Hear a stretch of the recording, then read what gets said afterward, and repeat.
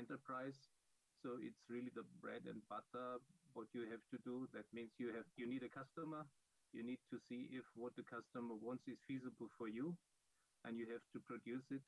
You have to expect the unexpected. So if Murphy steps in, you have to react on it, and you have to have an idea if you earn money with this customer. That means controlling and financial figures and KPIs and whatever. All of these things are, of course, equally important. In this slide, I just wanted to use the post-its as a thing what I have to remember if I want to, say, assure the baseline of each of our, say, company activities. And if you drill a little bit down and look at the, say, scenarios, if you look at simulation, if you look at things what you could do in order to improve and to, say, optimize, maybe if you are honest to yourself, you would also see some potential for improvement. And that is maybe one of the starting points. So this was the slide about the basics. When I listened to the other speakers this morning, I've also heard that it's about humanizing, and absolutely this is also one of the most important points if you talk about digital twin, because a digital twin, and you have certainly an idea about it, is about interaction. It's not about automating backend services and everything is handed over to the robot or to an automated engine. It's about interaction with us, with the humans, and not only the humans inside your organization. So this is the slide where you say, okay, what do I have to cover in a modern organization in future? Of course, it's the cybersecurity topic, latest with Log4j. Everybody of us is aware of it. But it's also this ecological aspect, so CO2 footprint, measuring that as well, to be able to improve in a second step. The social responsibility of a company and the ecological responsibility as well. So it's about interaction of automated solutions and humans. Put also some facts that you can get the slides and you could read a little bit about the aspects of what comes, what is maybe not inside the industry 4.0 and comes maybe this human aspect comes maybe in something what some people in the meantime already call industry 5.0 about all this what I show here. So why the digital twin? Why you cannot do that with your classical applications, with the activities you already started in order to do data integration? I guess if you observe your organization, at least what I observed in ours is that you're very strong in doing projects in your own competence center with your own stakeholders. If you want to do something which is on a higher level, then you need to be the CIO or the CEO or somebody with a similar rank. But if you want to do, say, an orchestrated activity with more stakeholders, then it will be complicated. And that's why this is, say, also a very important aspect if you want to go for a successful implementation of digital twin.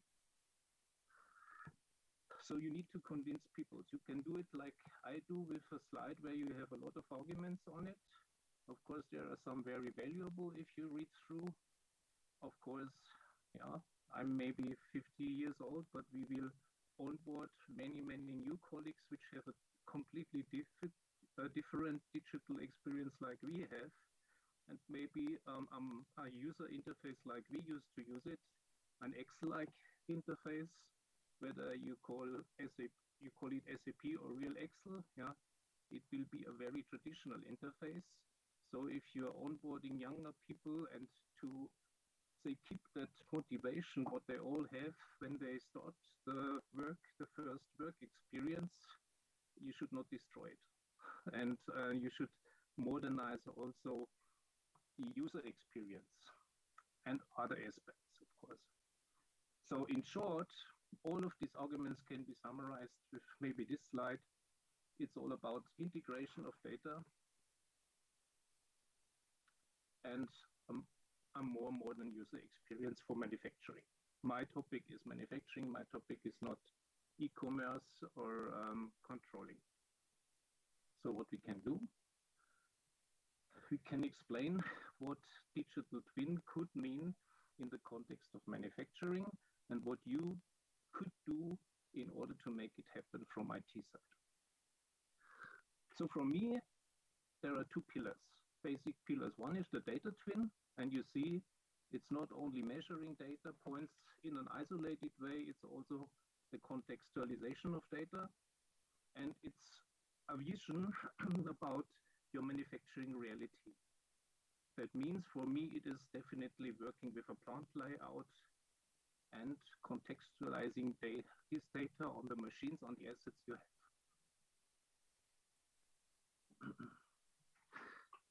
Maybe you start with a similar architecture slide like I do. So I said I'm working for manufacturing. I need to know a little bit what's going on in the supply chain.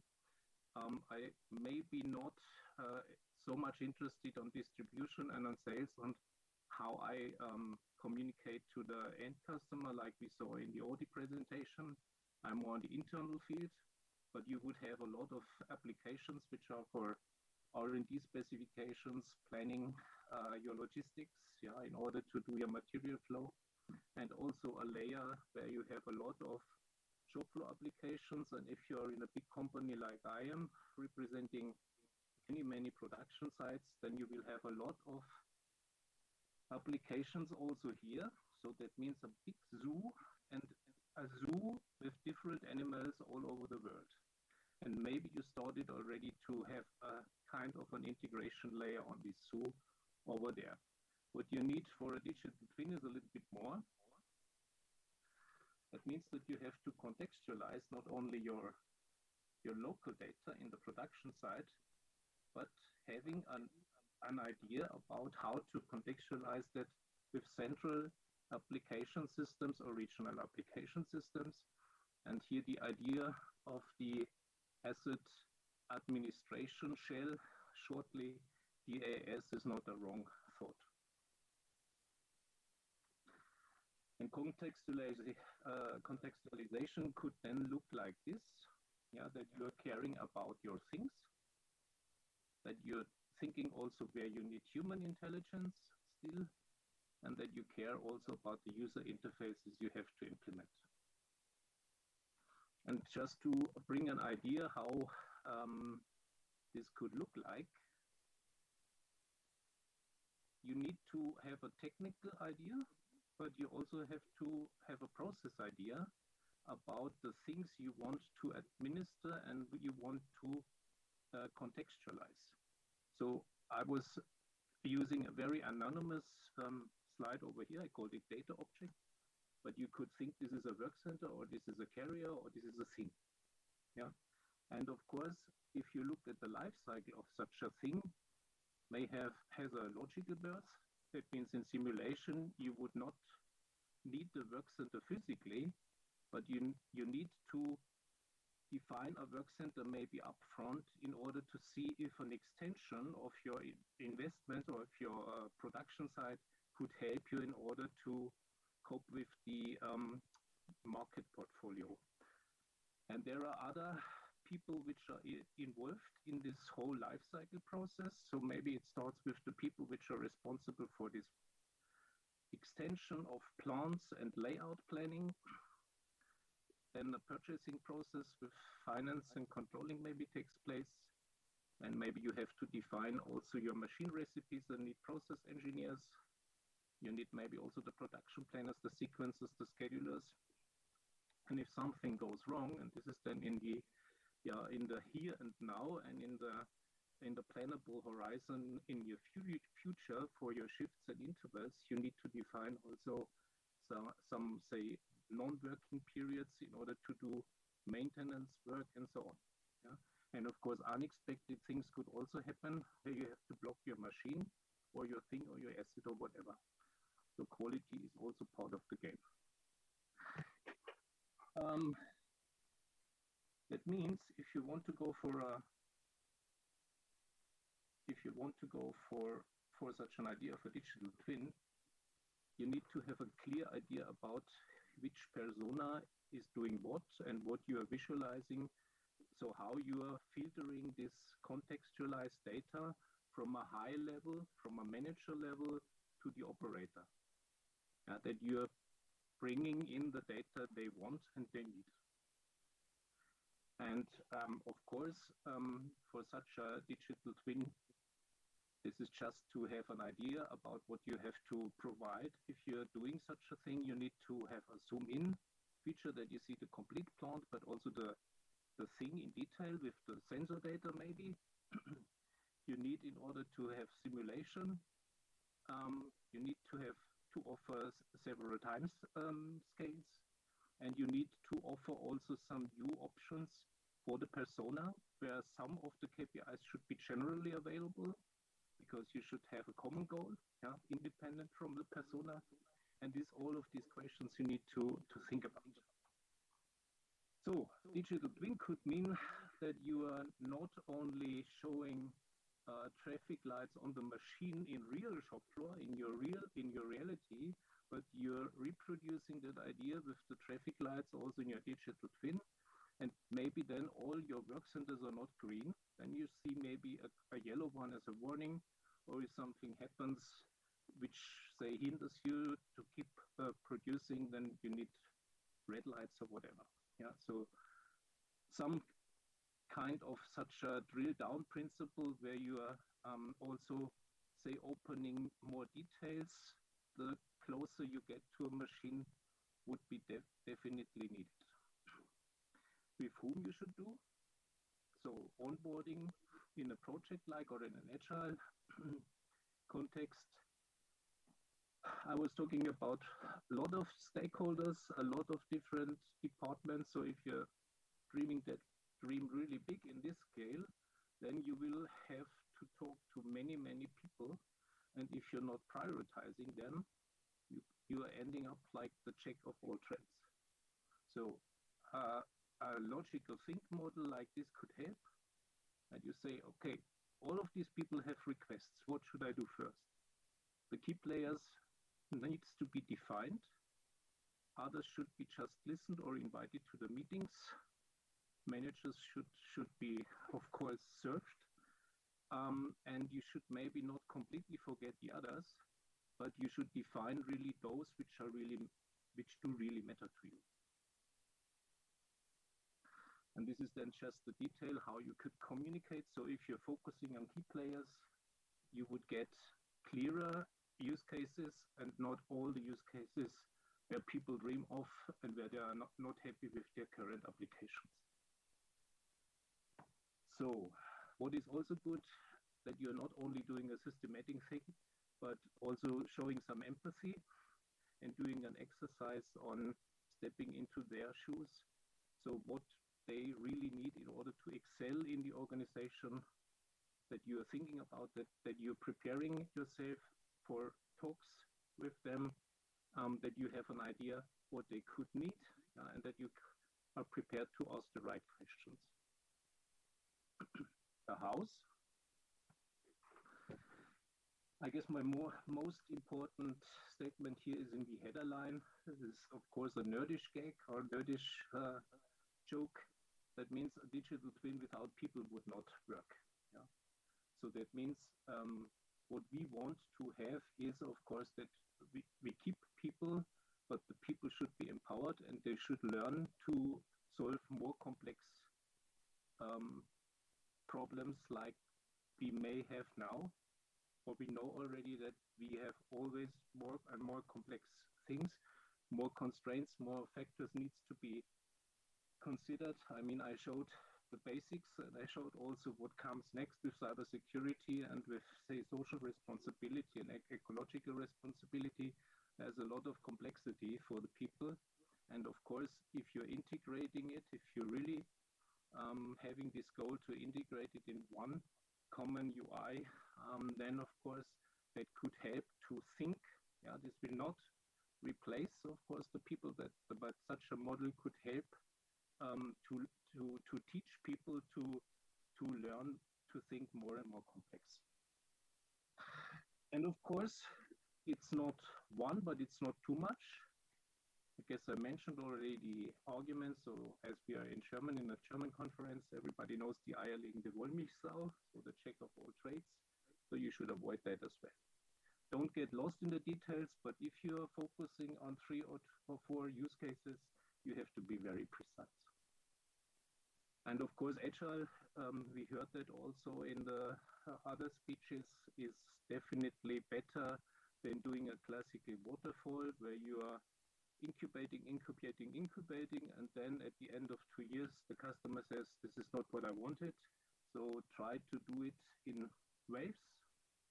You could organize it in a traditional way if you want, that you are able to report to your steering. But you can do what you want, but my main message is be visible after shorter cycles, get the feedback, do some improvements to the next cycle. And somehow is the insert on this slide, and this is my last chapter. So going one step back, that means you're not in the middle of the project, but you're just seeking people which are sponsors for your POC. Maybe also something I would like to share with you. So a technocratic approach, as you may have done in past, I would say would not work for a digital twin where you need to involve many stakeholders.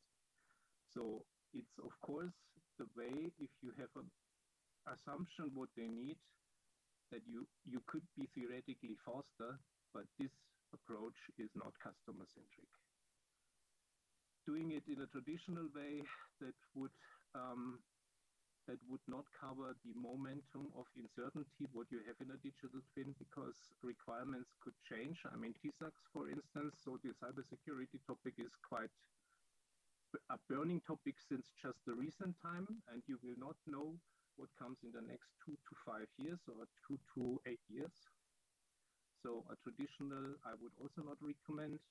So an iterative approach where you are communicating upfront before you get the money, or you are getting a part of the money for a small use case and then onboard more and more people and gradually create trust. I guess that seems to me the best approach, and also gets the highest value for customer centricity. Where I have also good experiences is that you as an IT guy do not define the use cases. So what we did was really a participation workshop where the stakeholders decided on the use cases. You could prioritize, you could cluster, you could share this again. This is definitely something what your stakeholders should do. But what you should also know in a big company, that you are not the only one who is thinking of a digital twin, and sometimes you're not aware of other groups or divisions. So I'm representing the entire group. It was very helpful to think also of the people from the other groups, and there could even be project managers in the other groups which do similar things. So get in contact, it's not wasted time, that you are really investing, and reach out. Inside and outside the company. And one thing what you can learn at Gartner's, if you look at that, this is the product life cycle. The digital twin is here. It's not on the peak. So this is definitely a new topic. And Gartner says that during the next 5-10 years, that would maybe reach the peak. So you are not under pressure. Very important phrase I would like to share with you. So take your time when you are doing such a thing. But when you're doing such a thing, I can only emphasize what the other speaker says. It's not to find a partner which is cheap. It's not to find a provider which is cheap. If you want to do a thing with many stakeholders, like I want to do in manufacturing, you need to find a strategic partner. And you may have already from your licensing information what is already in place. Many people are using already tools, but maybe they're using it really in an isolated silo for a certain use case where this provider cannot do the full Monty. And you need to take the time also here and find the provider. I guess I'm coming to my last slide, or my second last slide. Of course, if you have a big dream, don't forget to map your roadmap points and to have a concrete schedule that you know what you want to do, and don't overcharge your vision points in the first step you want to reach. Maybe the first thing is just learning and teaching and identifying, and optimizing and automation is something what you want to reach, but you cannot reach it now, so you have to put it on a timeline that you're transparent for the outside world. And this is also a phrase we have heard today. Think big, start small, define it in a cross-departmental team, vote as I showed you, map back to your big vision, but the use case must be precise, that the use case can demonstrate also what your big idea is about, and of course make sure that you get the money, and build up alliances. Align is a very important point inside and outside your company, and build something iteratively. The last point is luck, fortune, that you are getting people convinced. You can have the best arguments, you could be a very empathic person, and sometimes the time is not mature enough in your company now, but just if you're convinced, just defend your ideas and do it, and then you will have success. Many thanks. That's my contribution for this day.